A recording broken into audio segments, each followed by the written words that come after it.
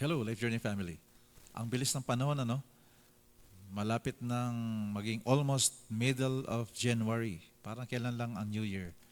Tapos it's almost midweek already. Ang bilis ng panahon, kasabay pa noon, yung challenge ng ating culture, shifting culture. Kaya nga yung message natin ng Sunday, securing values in a shifting culture. And I hope you find it very helpful that the Word of God and God Himself is focusing on us so that we will not be drifting away, so that we will be secure, we will be anchored through His Word, through God's presence. So, merong question last Sunday na magandang balikan natin, yung question na how do we resist cultural pressure and remain holy in a changing world? That's why I'd like to remind us that the experience of Daniel, when he said, as captured in Daniel chapter 1 verse 8, but Daniel purposed in his heart that he would not defile himself. Ang laking bagay ng puso natin, mga life journey. Nabanggit ko nung Sunday, na remind tayo na I believe the reason why Daniel was so bold to make a stand, that he was not afraid that even his life was at stake, is because he can trust God more than the fear that was surrounding him, the fear that he might lose his life, that he might lose the approval of people around him. So actually yun ang nakakatakot kasi na baka mawalan tayo ng favor, tapos yun nga baka pa yun nga katulad ni Daniel, pati buhay niya delikado kasi tumayo siya, gumawa siya ng stand, tumayo siya sa tama. Pero he purposed in his heart that he would not defile himself. Kaya malaking bagay yung issue ng puso natin, yung kalagayan ng puso natin. Si Jesus may sinabi din siya sa Matthew chapter 6 verse 21. Sabi niya, "For where your treasure is, there your heart will be also." It talks about priorities. Ano ba yung priority natin? So, magandang mag-reflect tayo nito, ano? Ano ba ang laman ng ating puso? Ang Panginoon ba? Kasi kung ano ang laman ng puso natin, actually, yun ang mag-determine ng i-value natin. Tapos, may sinabi din si Jesus sa Matthew chapter 12 verse 14, "Whatever is in your heart determines what you say." This is challenging, ano? Kasi ibig sabihin, kung anong lumalabas sa labi natin, sa mga labi natin, nag-indicate yun kung ano ang laman ng puso natin, kung ano ang binavalue natin, kung ano ang tinetreasure natin. Kaya, Life Journey Family, magandang ma-remind tayo kung tayo ay nakay Kristo sa ating Panginoong Hesus, ang ating Lord at Savior, ang ating rescuer at ang ating Redeemer, Restorer, Rebuilder, then we have to be reminded that we are given the privilege, the opportunity to be a blessing to the people around us with the words that will come out from our mouth. Kahit sa mga biruan. Kasi kung minsan, yung mga believers, yung mga Jesus followers, sabihin nila, hindi, joke lang naman eh. But, kahit yung mga jokes natin, pag hindi galing sa Panginoon yung laman ng puso natin ay hindi galing sa Panginoon, kahit yung mga jokes natin ay hindi nakaka-bless. Sorry. Hindi ko sinasabing masamang magbiruan. Actually, we can have fun, we can enjoy each other's company. But at the same time, maganda na ang mga biruan natin ay nakaka-build up, di ba?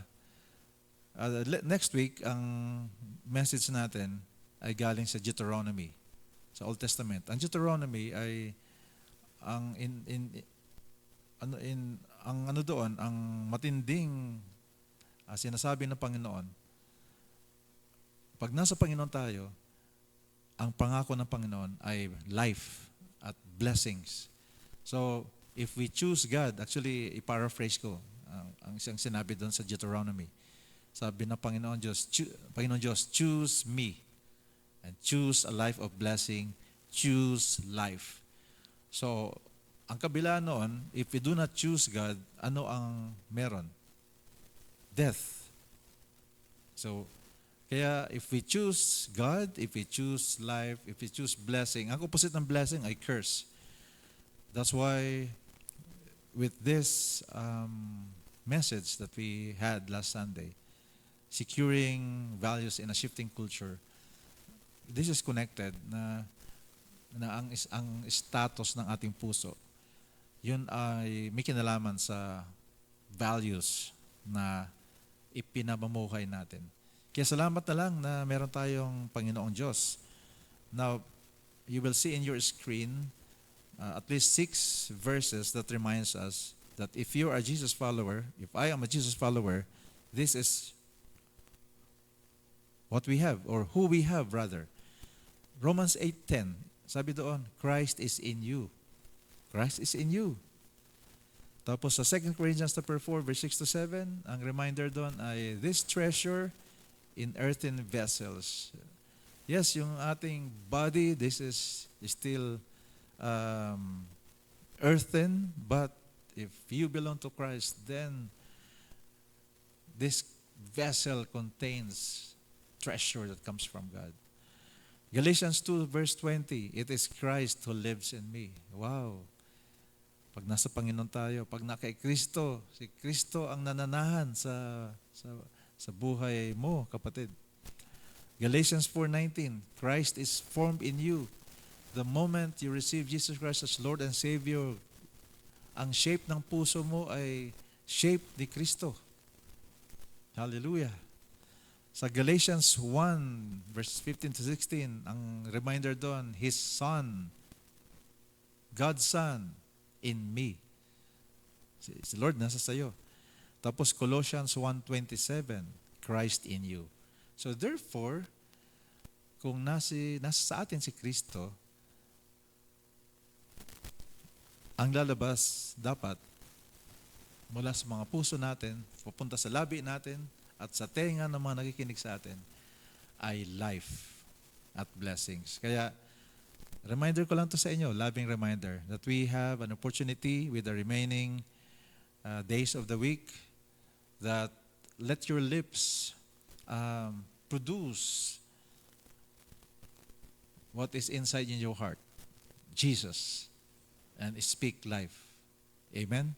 Kahit sa biruan, kahit sa kwentuhan, kahit sa seryosong usapan, you have an opportunity na lahat ng lalabas sa lips mo ay magbibigay ng encouragement.